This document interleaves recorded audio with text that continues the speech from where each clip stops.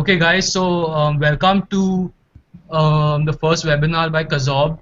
Today we are going to cover the career of law, and and we have a diverse set of lawyers with us today.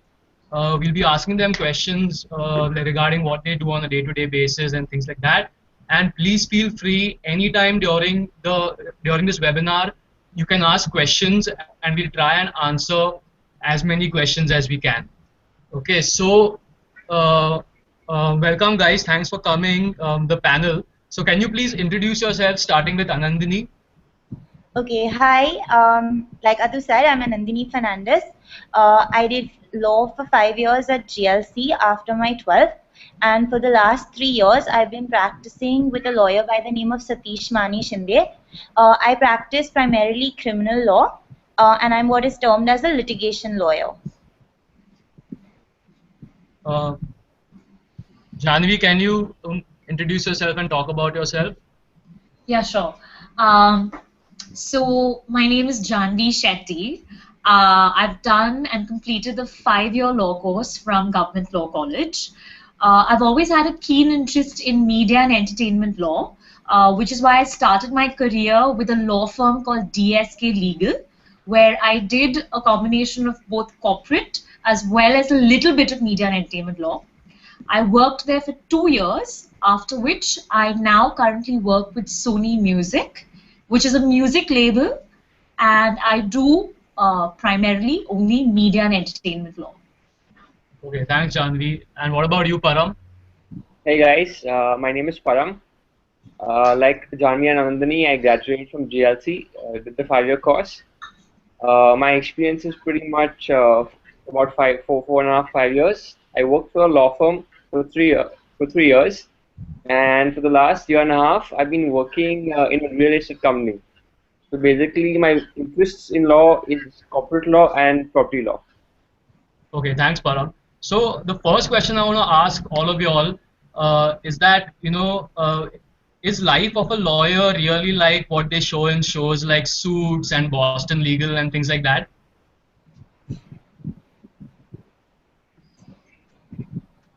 Okay, so let me address that first, and then maybe Param and Janvi can give in their inputs. So I would say it's not at all like that. Definitely not like American shows or Hollywood movies, because the system of law there is completely different. They have what is known as the jury system, whereas we have a judge system. Also, what you see in these movies and shows is very dramatized. For instance, in courts in India, there's no hammer or gavel, and there are no judges yelling order, order. Also, in movies, for dramatic effect, a lot of the cases are won by eloquent speeches and great public speaking ability. It's definitely not like that in real life. Judges look at the merits of your case, the strength of your evidence. It definitely helps to have an eloquent lawyer, but it won't win you the case. Okay, okay. Anyone would like to add to that? Yeah. So to add to what Nandini said, it's definitely not as interesting as an episode of Suits. There's a lot of research that goes into your daily work. Your work is checked a lot before it's even sent to a client. Things don't move along as quickly as they do show on the shows. So it requires a lot of patience, a lot of waiting around in the courtroom, a lot of waiting around for your client's feedback. So there are lots of stops and pauses that go in on a daily routine. Not as interesting as the cases that they show, but it's definitely a very thought-provoking career. You're always on your toes at all times. Okay, so Janvi, you touched upon like what happens on a typical day. So can you guys please elaborate more on what exactly happens on a typical day? So for the people who have joined late, let me just do a recap. Anandini here is a criminal lawyer. She's worked in the chambers of Satish Mani Shinde for 3 years. Then we have Janvi over here, who is a lawyer in the legal department of Sony Music Entertainment. And we have Param here, who's a legal consultant with the K. Raheja group, who are builders.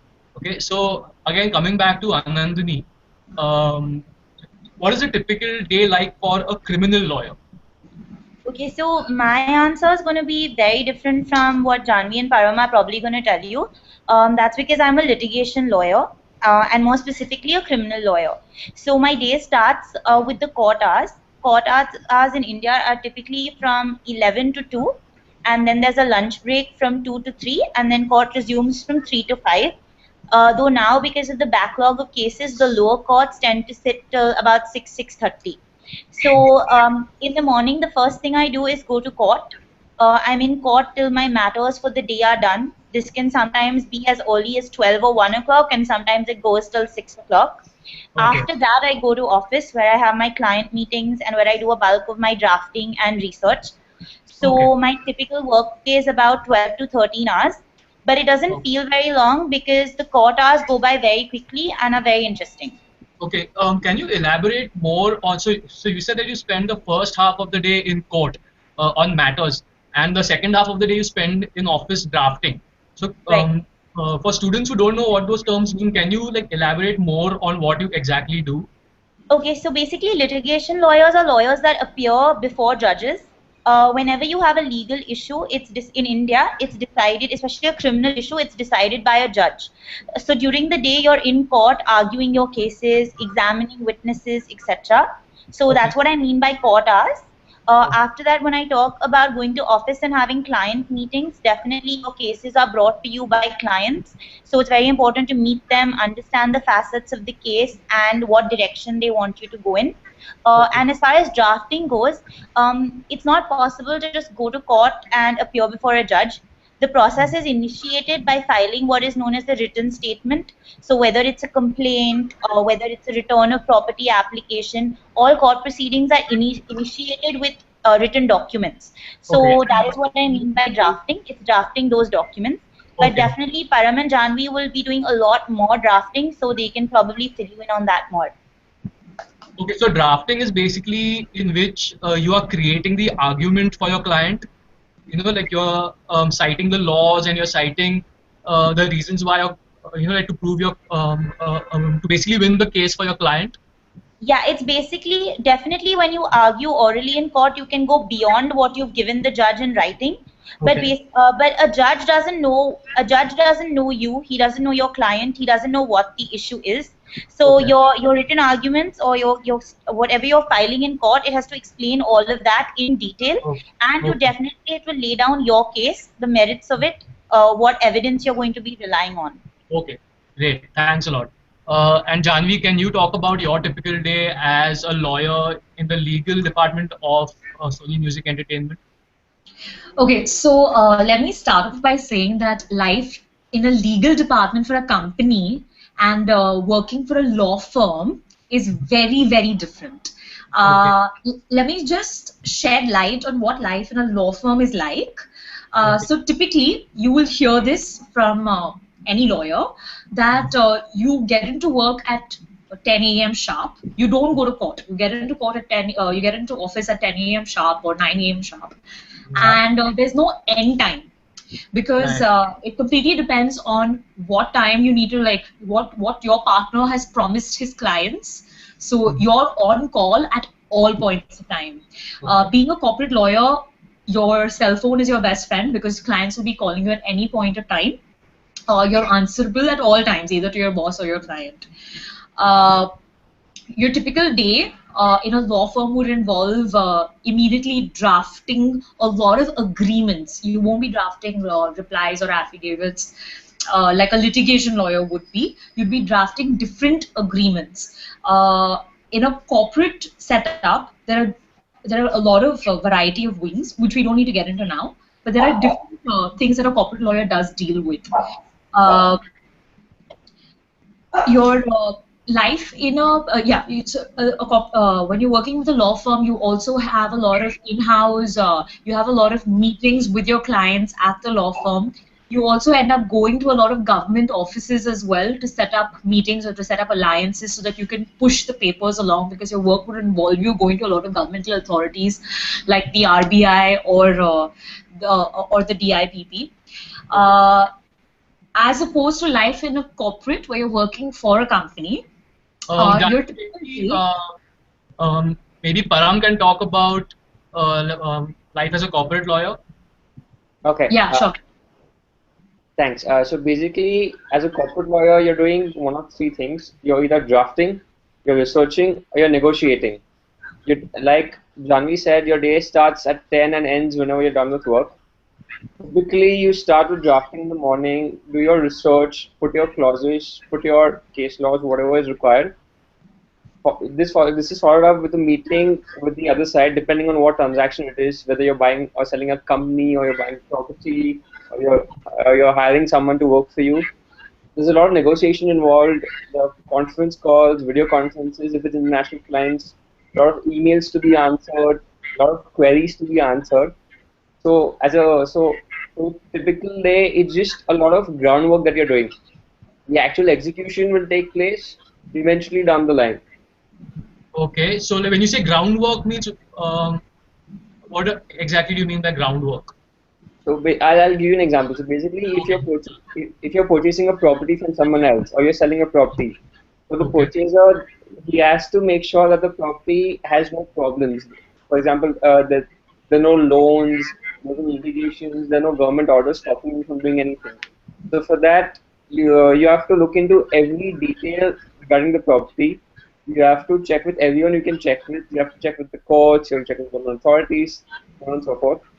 So Okay. it means a lot of research, a lot of digging into stuff, preparing a note, preparing documents, preparing briefings, talking to your senior, then putting all of that, what you just found, in your document, which is the purchase or the sale document, and then the negotiations start, where the sides go back and forth with whatever points they want to add or want to remove. Okay. Okay. Cool. So, like, what kind of skills do you require to be a good lawyer? We can start with Param this time. Thanks. Number one, you need to have a passion to read because it involves a lot of reading. You'll be reading from day one in law school till you're 80 when you retire. Okay, and what kind of things do you have to read? You have to read case laws, you have to read laws, judgments, articles, opinions, Okay. documents, briefs, anything and everything that pertains to your matter. Okay. Okay. Uh, that's one. Number two, you need to know that you're going to be working hard. It's not an easy job. It requires dedication from 10 to 8, 10 to 10, and sometimes even post work if you have international clientele who will expect a reply at 2 in the morning, 3 in the morning at times. Okay. Okay. Okay. And Janvi, to do your job there, what kind of skills do you require? Like, would they be the same as what Param said? Anything you'd like to? Just to add to that, you have to be a good listener because you have to take notes when your clients are speaking or when your boss is giving you instructions. So just be a really good listener. Following current events, I think that really helps with your day-to-day job. Okay. Just being abreast with current events, so that helps. Okay. And command over the language, English language, just for drafting, but it doesn't necessarily, you don't have to be great at it. Okay. But drafting really does help because, Okay. yeah. Okay. Thanks. Thanks. Sorry, just to add to that, Yeah.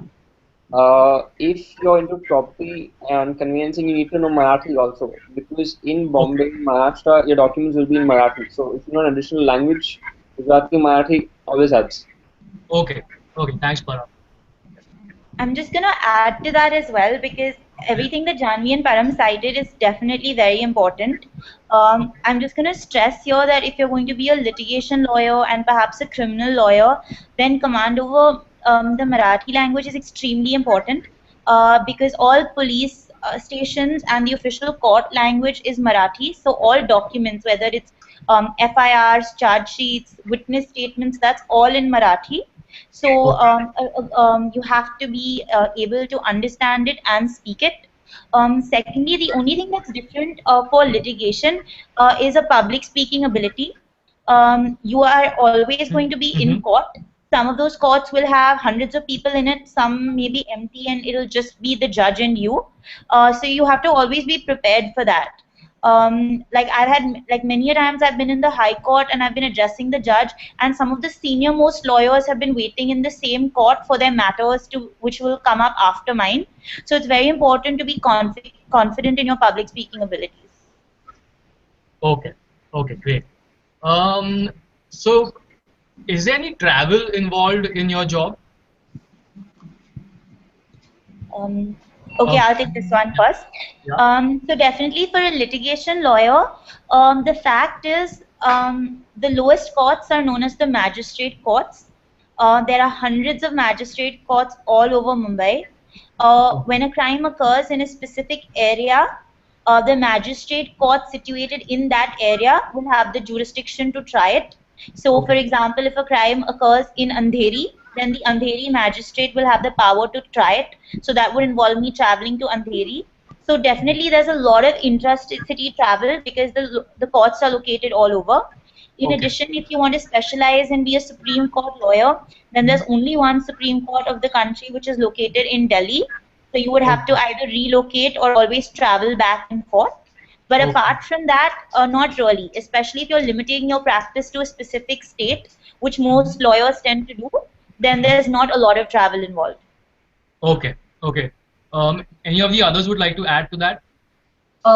Okay, so traveling is definitely not a big part of the job unless it's required, like if the client office is situated somewhere else and you have to do a due diligence, or if you have to meet a regulatory authority, but it's not a big part of the job. Okay. Because a Okay. lot of things get done through video conferencing these days, so Right. everything is, travel is not really that required. Okay. Okay. Just to add to that, I'll differ from Janvi and Anandini a bit. In my company, at my level, there's not much travel, but at a level senior to mine, my senior travels at least once or twice a week. So we Okay. have offices in Delhi, we have offices in Bangalore, we have offices in Pune, Chennai, Calcutta. So wherever work is there is where we have to travel. So it depends on what job you take as such. But in a Okay. law firm, there won't be much travel. Everything you do will be in your own law firm, or at the most, you going to the client's office or the other law firm's office. Okay. Fine. Fine. Just for the people who have joined in a bit late, let me just mention again uh, who the people are. So, like Anandini over here is a criminal lawyer. She mainly does litigation and civil cases. Janvi here works in the legal department of Sony Music Entertainment. So even her job is considerably different from Anandini's. And and Param here, he works as an independent legal consultant for the K Raheja group. So even his job is quite different from everybody else's. So so Janvi, can you talk about what you like and dislike about your job?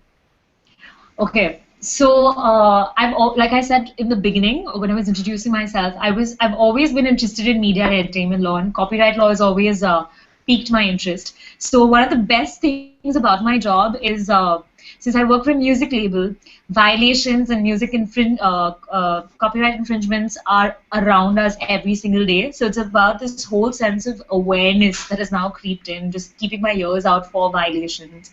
Plus, Okay. because the music industry is in a complete mess because of the copyright law amendments. It's developing as we go, so we're at the front run right now as to the industry taking a call on how to manage royalties, and there's a lot of learning that's involved. So that's what I really like about my job. Okay. Yeah, that's what I do like about my job, is that it keeps you engaged at all times, and there's always Okay. something happening. And what do you dislike about your job? There's way too much reading, and you have to be so alert at all times, because one of the key things about being a lawyer is about being able to draft very, very, very specifically, and when you're reading an agreement, being able to pull out that one thing that can save you from Okay. paying millions. So Right. it's about how you interpret it, being completely aware and being very, very focused on your job. Right. So it takes a lot out of you. So I think sometimes I do wish that we had a little bit easier. We did have it a little bit easier, but we don't. The awareness and the amount of hard work that goes into being alert at all times, that's what I definitely, it's a little hard. Yeah. Okay. And before I ask the other two guys, let me just remind the viewers that there's a button on your screen that says Q&A, or like if you want to ask a question, you can ask a question. So at any time during this webinar, please feel free to type in a question and we'll get it answered. Okay. So Param, would you like to talk about what you like and dislike about your job? Sure. What I like is there is a lot of learning to do. You're always constantly learning on the job. You never stop learning. It doesn't make a difference whether you just graduated or you're 30 years into practice. There's always something new to pick up. There's always some new amendment, some new law, some new case that's come up that you need to know about. Okay. Also, I get exposed to a lot of top people in industry. All your big companies, your big law firms, your big judges. That's the good part. The Okay. bad part for me is that it's a desk job mostly, so I tend to go out of it. It's a desk job, so you? I tend to just get up and take a break every 5-10 minutes because I Okay. cannot Okay. sit at a desk. That's about it. Okay, cool. Thanks a lot. Yeah, so one question I should have asked you all right in the beginning, which I forgot, was what made you guys opt for law? So because there will be students who are viewing this webinar who are from who have varied interests. So if y'all talk about what made y'all opt for law, maybe they can also connect with one of y'all. Like maybe they can yeah, like maybe they can connect with one of yours. So can we start with Anandini? Can you like give your reasons why you chose to do criminal law? Okay, so I was very keen to do criminal law since I was very young. I think almost when I was 6 or 7 years old. I don't have a specific reason for this, but some of the things that really influenced me, and maybe I will, find common ground here, is one, I love arguing with Okay. anybody and everybody. So that was a very big attraction to the field. Okay. Secondly, growing up, I saw a lot of movies and a lot of shows on lawyers. Like one of my favorite movies was Philadelphia, and even shows like the Practice. I somehow found a notion that the legal profession was a very noble one. It gave you the opportunity not only to do work but to do good work, to help people and to make a difference, which is what I Okay. always saw myself doing. So I think these are some of the reasons why I came to law. Okay. Cool. And what about you, Janvi? Okay, so I have to say that at 16, when I was asked to choose my career path, I wanted to opt for journalism. And at Oh, that time, my mom had told me, I'll be very honest, my mom had told me that, Rajiv Sarisai has done both law and journalism, so you can always do journalism at a later time. So I said, right. yeah, fine, why not? And I did my 5-year law course and I began to enjoy it. And Oh, I definitely don't have any regrets. I don't want to get back into journalism for sure. okay. But one of the reasons why law did interest me was because I was always into public speaking as a student. I always participated in debates as well throughout school. And I think an added bonus was that my dad has a degree in law, he doesn't practice, Okay. and my Okay. sister is a lawyer as well. So having that kind of background, law just seemed like a natural progression, and Okay. it's been like that ever since. Yeah. Great. Great. Great. And what about you, Param? For me, the first and foremost, need to make a disclosure. Practically everybody on my dad's side is a lawyer, so I have about 15-20 lawyers in the Okay. family. So Okay. basically, I was exposed to law quite a bit since I was a kid. Since 6, 7, 8, the only dinner conversations we had is how did the case go, what happened at court, what laws come up. I'm not saying I was pressured into law, but being exposed from that young age really influenced my decision because I found that I really liked it. Okay. Also, I had a huge passion for reading, so law it was. Okay. Okay. Great. So, Anandini, you spoke about that you chose law because so one of the reasons why you chose law was because you felt like you could make an impact on people's lives. So, uh, has that aspect of law lived up to your expectation, and if yes, how so? Yeah, it definitely has. Let me tell you, one of my favorite moments in my professional life has been just after I graduated. I was sitting in court, and there was this boy, maybe 17 or 18, who had come, and he was not from a well-off family, and he was accused of stealing something. Now the thing is, as per the constitution of our country, everyone has the right to a lawyer and to Mm-hmm. legal representation. But Okay. due to money constraints, a lot of people are not actually able to get a lawyer to represent them. So this Okay. boy was in court, and he obviously didn't have the amenities to get a lawyer. And the judge just happened to ask in the court if anyone would be willing to take up his case Okay. pro bono, which basically means for free. So at that time, like I was sitting around thinking, oh, I wish someone took his case up, because whether he's guilty or not, he has the right to be let out on bail and, to have a proper trial. And at Right. that moment, it dawned on me that I had graduated and I was a lawyer and I didn't have to look around for anyone. I could volunteer to do that. And I did, and I managed to get him bail. And I think that was one of the most gratifying moments I've had professionally. And since Okay. then, I've been able to do that a lot. So yeah, Okay. I definitely feel that it's met my expectation. Oh, okay. And what about Janvi? Have you been able to make any social impact as such through your job? Well, I haven't been able to since I don't work in the litigation front. Right. I haven't been able to do what Nandu has done, what Nandini has done. But I'll say this, that working for a company, Mm-hmm. you still can make a difference, because you realize when you're working from the client side, you can help your company in a lot of ways, and it's not always about them making money. It's about, there are so many people who try to who try to cheat your company as well, because they just think that yes, they can come to a big music label and rip them off millions, Okay. which is what I, as a lawyer, I like averting that. So it's not about just making a social impact, but it's about the whole justice angle, that it shouldn't be fair that just because you're a big multinational corporation, you should have to shell out millions. It shouldn't be that way. So in a way, like that's how I try to make a difference. Okay. Okay. Nice. And what about you, Param? Right. So, Janvi and me pretty much face the same thing. Working for a company, I cannot impact in such a way, but what I do instead is on my free time, and whenever I get time, I try and help out as many people as I can when it comes to legal documentation, Right. advising some information, a little bit of pro bono work, free work. Okay. Whoever comes outside of work, I do not charge them. Okay. Okay. That's fantastic. Actually, I have one question that's directed especially to Anandini, who's a criminal lawyer.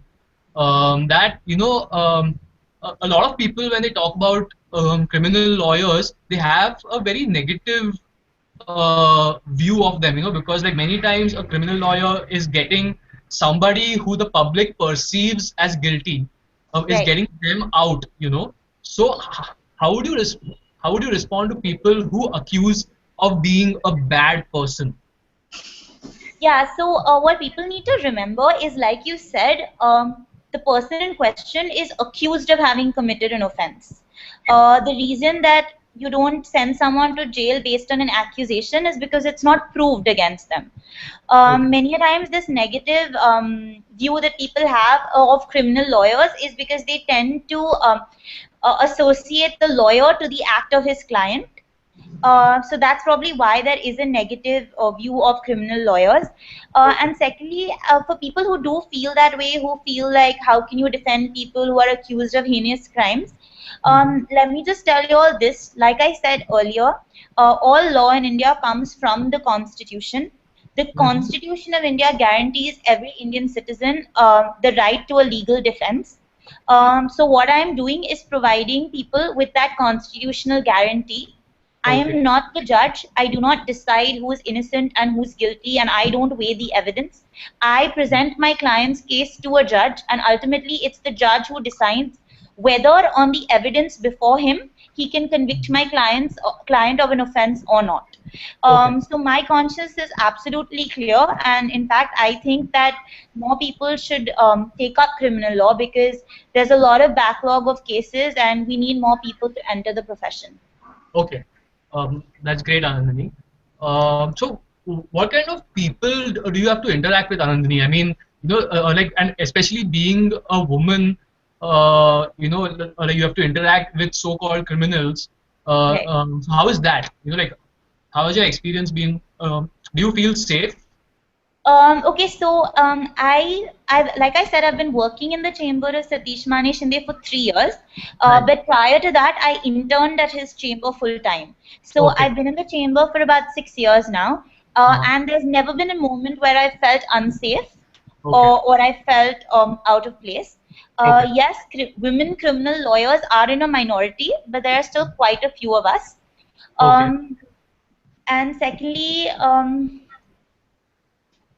sorry, could you repeat the question? Yeah. Yeah. So, what I was asking is that being a woman, do you ever feel insecure being around uh, Right. alleged So criminals? yeah, so I personally have never felt unsafe.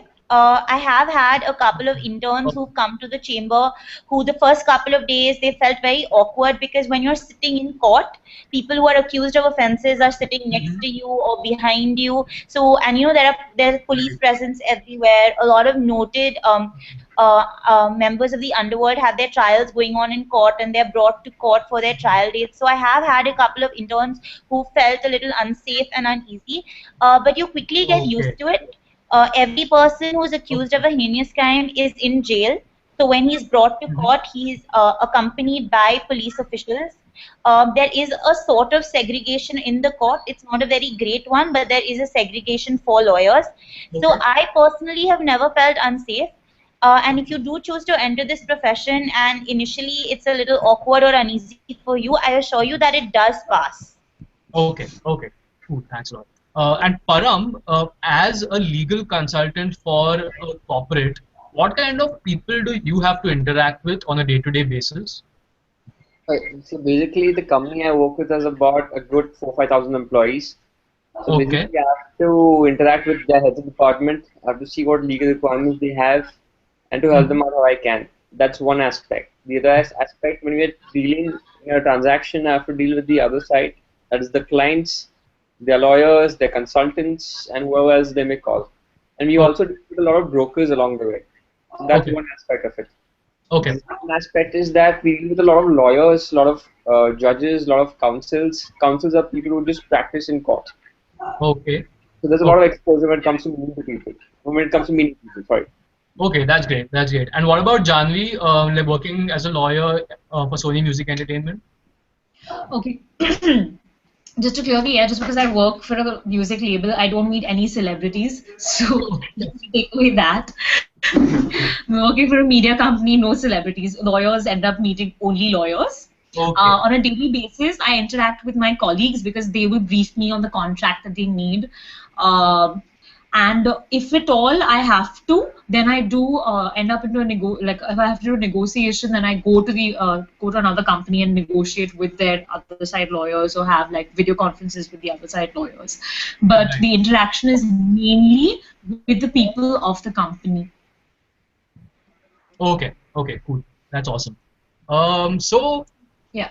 So we spoke a little bit about what your typical day at work is like. Can you all, starting with Param, can you talk about the most interesting piece of work that you have done? Like anything that stands out, anything that you like to talk about with, say, with other lawyers? So basically, without giving too many details out, since it's a bit Right. confidential, Yeah. we had this one case against a company in a forum in Delhi where they Mm-hmm. were falsely accusing us of malpractice, of fraud, of cheating our customers, and all of that. Okay. And when we saw the brief, most of, if not all, in fact, all of the accusations were false. So, and Okay. we fought a very hardcore battle about 6 to 8 months just to Wow. get our name cleared.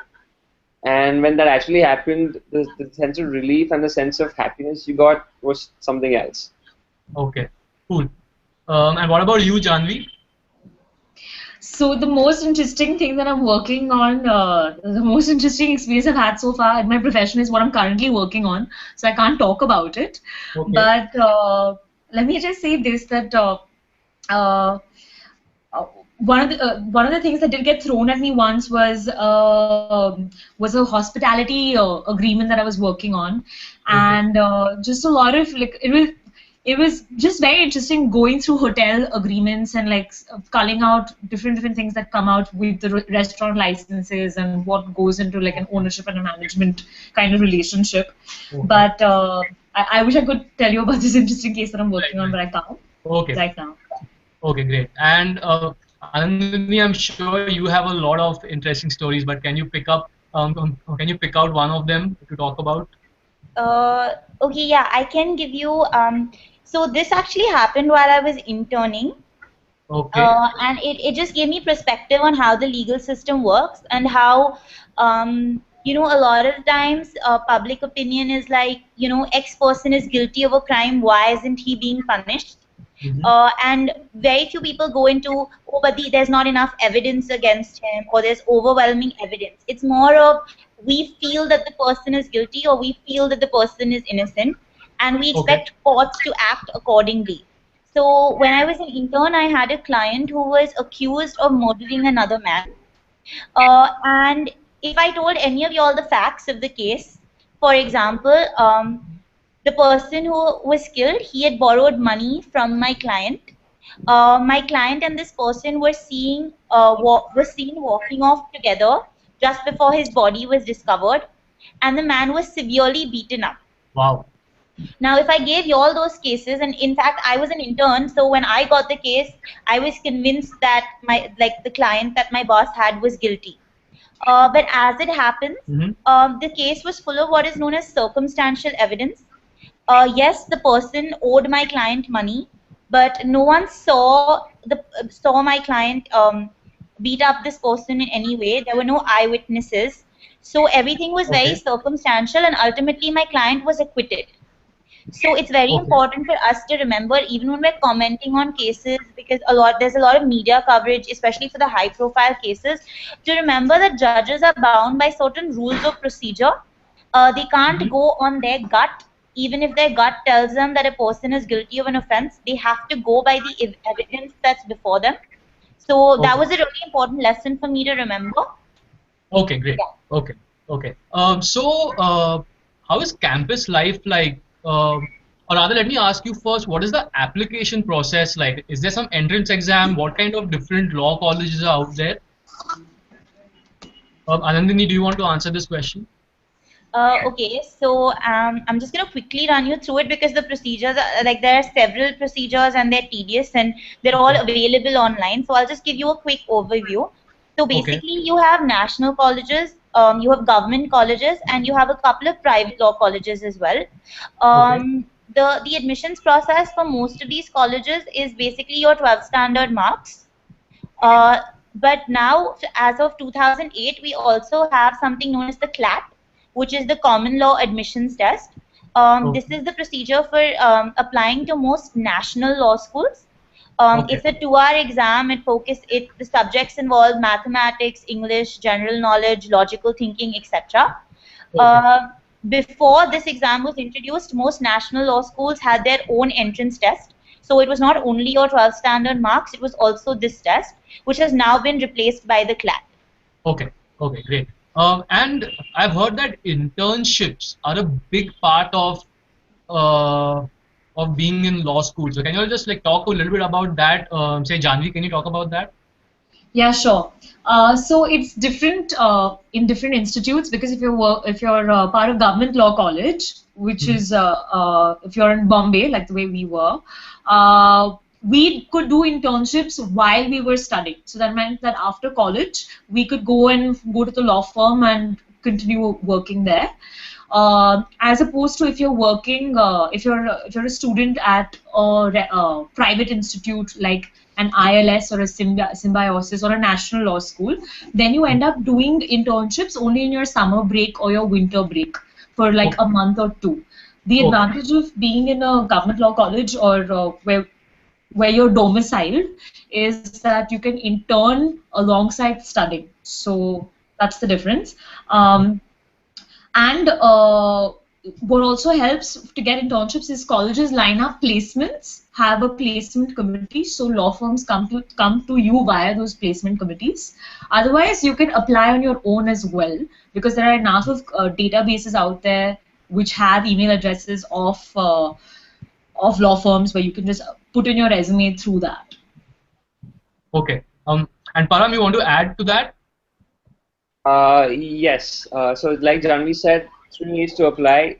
Either they come through college placements. Number two, you can directly apply, or number three, you can use your references if you have some connections or you know someone. Okay. And one specific internship I want to talk about is judicial internships. That's working with judges.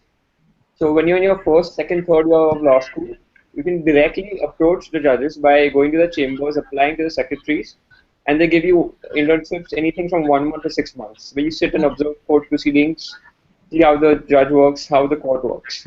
Okay. Okay. So guys, we have only 5 minutes remaining.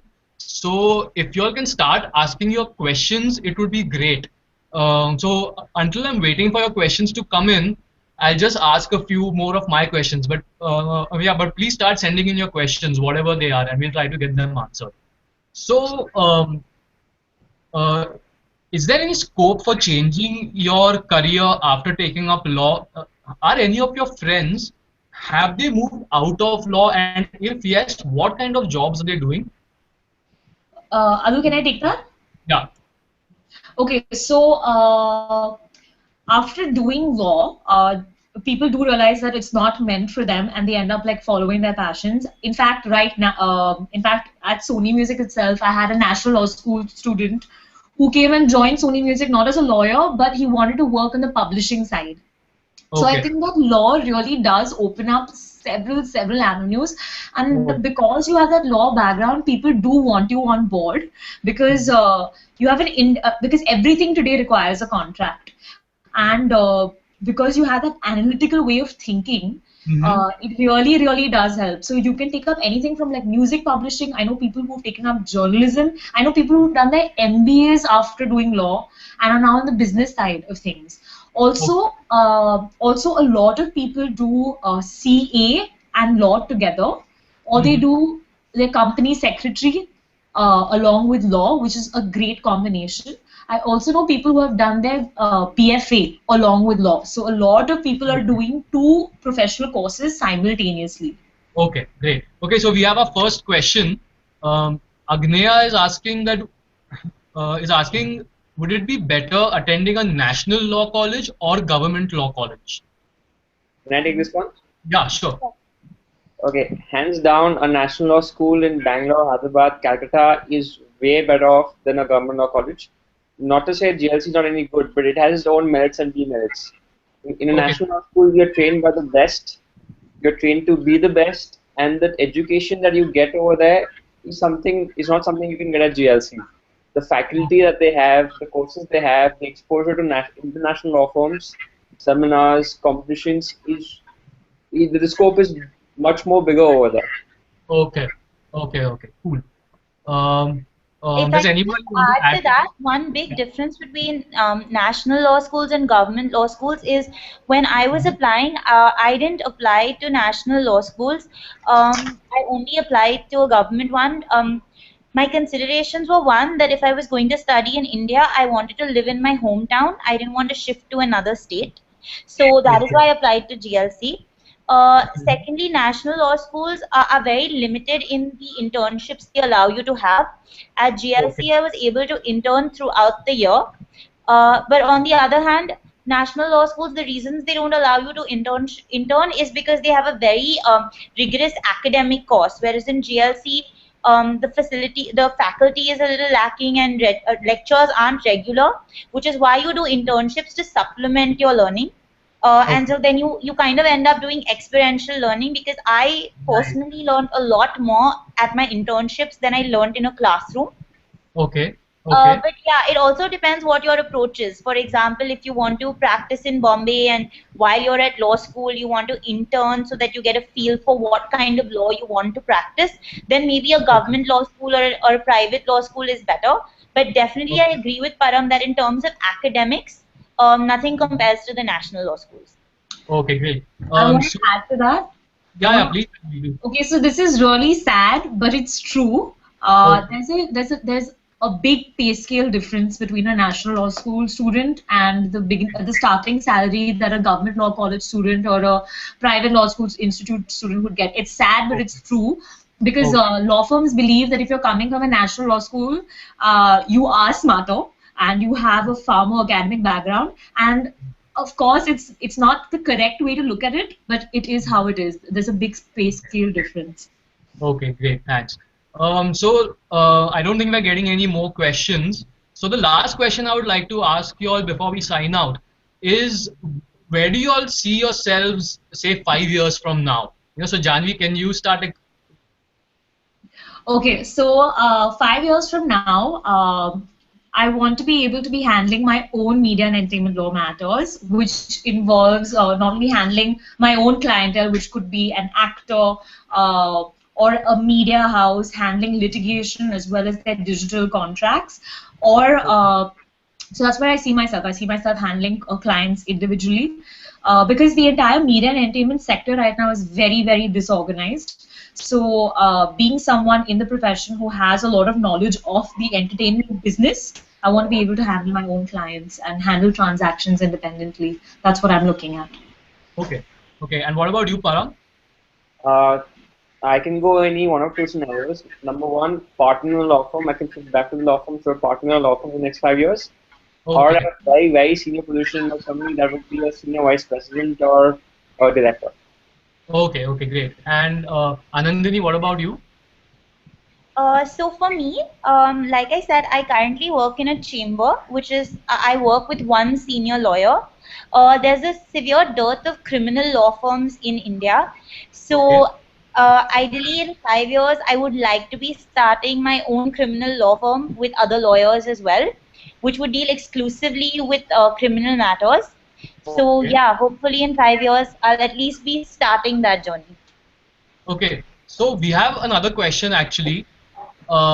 Just like in 30 seconds, it's quite a detailed I think question. we have two questions actually. Yeah, yeah, yeah. Oh, yeah. Actually, now we have two questions, but we'll just take one. Okay. So Agneya again is asking, is life at law school extremely hectic, or will I be able to manage other activities along with my studies?